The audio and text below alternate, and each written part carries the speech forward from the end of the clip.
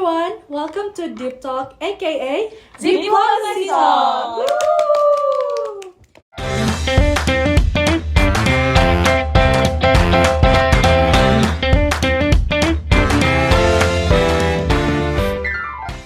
So, on today's episode kita bakalan ngobrolin tentang Oil, gas, energy, and resources diplomacy. Cukup menarik ya topiknya dan cukup hangat juga karena memang energi itu kan ada di keseharian kita. Dan juga dia tuh nyambung ke politik luar negeri, terus ke keamanan nasional, ekonomi, dan bahkan masa depan umat manusia. Tapi kita bakalan bahas semuanya bareng-bareng. Sebelumnya kita bakalan mulai dari pertanyaan yang basic dulu. Sebenarnya apa sih diplomasi energi itu dan sejak kapan terminologi atau istilah ini mulai muncul? Nah, jadi gini guys, energi dan diplomasi itu sebenarnya sudah saling terikat sejak awal abad ke-20. Nah, tapi istilah energi diplomasi itu sendiri mulai naik daun sekitar terjadinya krisis minyak kedua di akhir tahun 1970-an, yang dimana negara-negara penghasil minyak khususnya OPEC itu mulai mempunyai kuasa untuk mengatur pasokan dan harga minyak mereka secara global. Oke, jadi negara-negara OPEC itu sadar ya kalau misalnya mereka bisa ngatur sendiri sumber daya alamnya. Kita rewind dulu ya, tadi kan disebutin ada krisis minyak di akhir tahun 1970-an. Mungkin ralat sedikit, bukan di akhir tahun 1970-an tapi di awalnya, yaitu di 1973, di mana sempat ada krisis minyak yang sangat masif. Penyebabnya itu embargo yang dilakukan oleh OPEC. Karena itu kayak semacam ya responnya lah, karena kayak negara-negara barat itu, terutama Amerika Serikat ya, mereka tuh malah ngedukung Israel, mendukung kembali Israel dalam perang Yom Kippur. Jadi cukup geram gitu. Oh iya, dan memang dari perusahaan-perusahaan yang ada di barat itu pun awalnya semena-mena gitu loh. Makanya kayak perusahaan-perusahaan raksasa, kayak mereka tuh disebut sebagai The Seven Sisters. Jadi mereka tuh perusahaan-perusahaan besar yang mengelola minyak bumi.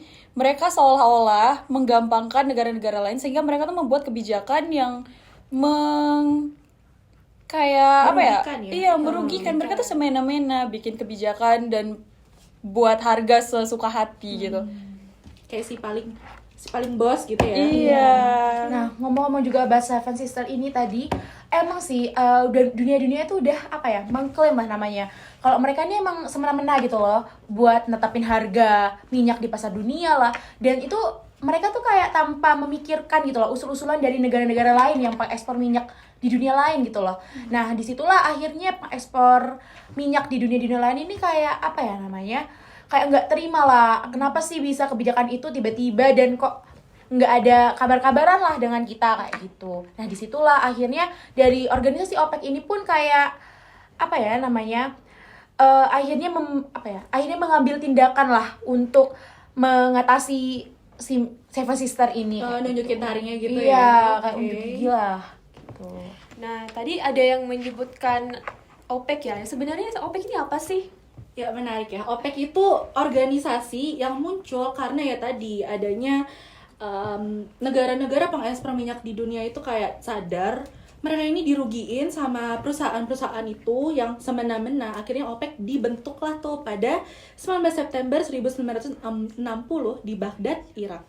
Anggota awal pendirinya itu ada Iran, Irak, Kuwait, Arab Saudi, dan Venezuela.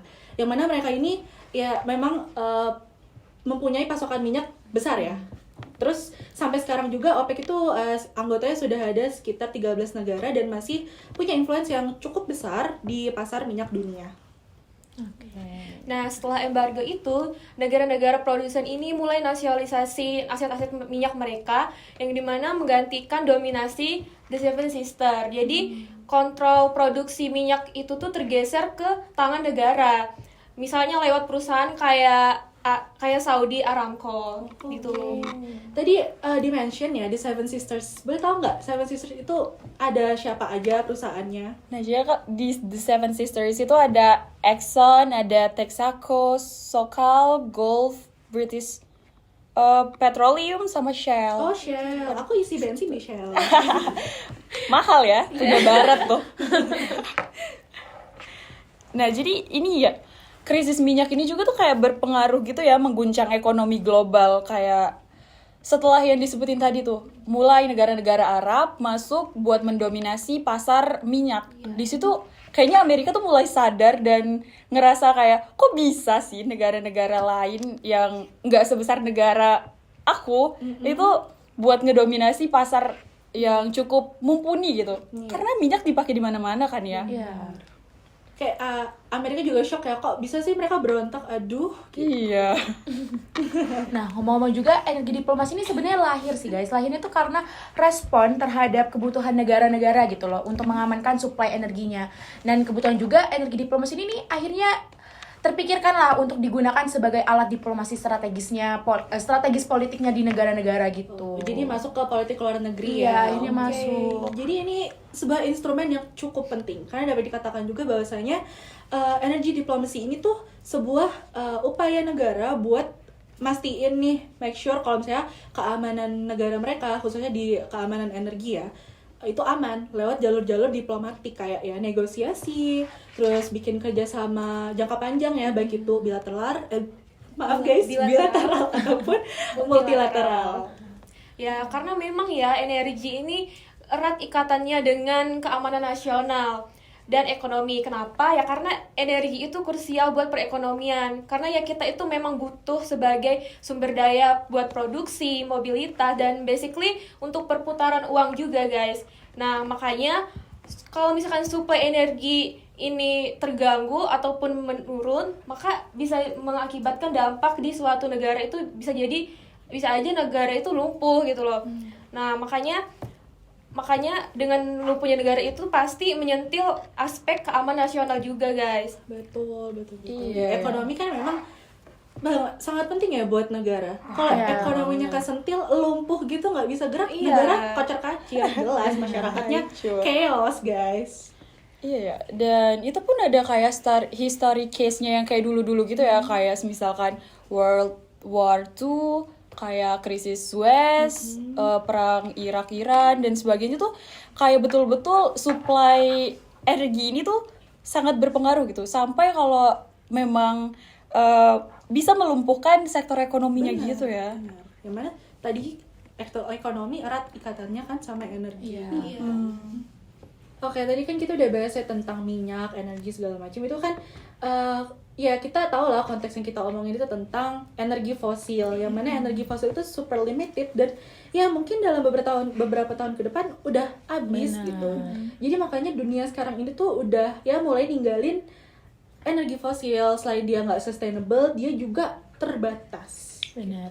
Ya ngomong-ngomong tentang tadi itu emang benar sih. Tadi kan emang Kreva ini mention ya soal dunia sekarang ini emang udah nggak lagi guys ke energi fosil gitu lah. Mereka emang udah mulai shifting lah gitu loh dari energi fosil ke energi terbarukan ya. Contohnya kayak solar, angin, terus dan lain-lain gitu. Nah, contohnya tuh di Uni Eropa.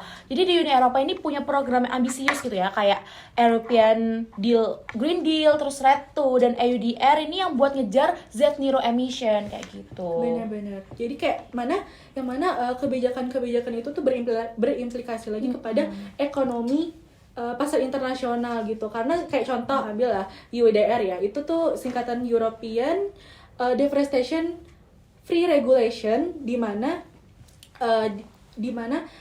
produksi atau produk-produk yang kayak dihasilkan melalui ya kayak penebangan hutan, ya pokoknya ngerugiin lingkungan itu nggak boleh masuk ke pasar Eropa. Tentunya ini berpengaruh ke diplomasi energi. Kayak contoh sekarang ya, negara-negara yang punya minyak itu nggak serta-merta bikin dia jadi negara besar, negara kuat. Terus kayak contoh Venezuela, walaupun dia tuh kan salah satu negara pendiri OPEC dan punya minyak bumi yang sangat banyak, tapi sekarang ya udah dia kayak gitu aja posisinya di dunia internasional, nggak punya power apa-apa ya, karena itu tadi ada transisi energi yang dari bahan bakar fosil ke bahan bakar yang lebih ramah lingkungan gitu. Kenapa negara-negara sekarang juga lebih laku ya yang punya teknologi-teknologi canggih yang sekiranya bisa mendorong transisi energi gitu. Nah, makanya negara-negara pengekspor minyak ini juga harus memikir keras nih, gimana sih biar mereka ini bisa tetap relevan di era sekarang. Kayak UAE itu mereka sudah mulai ngelakuin diversifikasi ekonomi. Nah, ya sekarang sih itu enggak sekedar tentang siapa yang punya minyak, tapi siapa yang punya influence, siapa yang sanggup buat jalani kerjasama jangka panjang.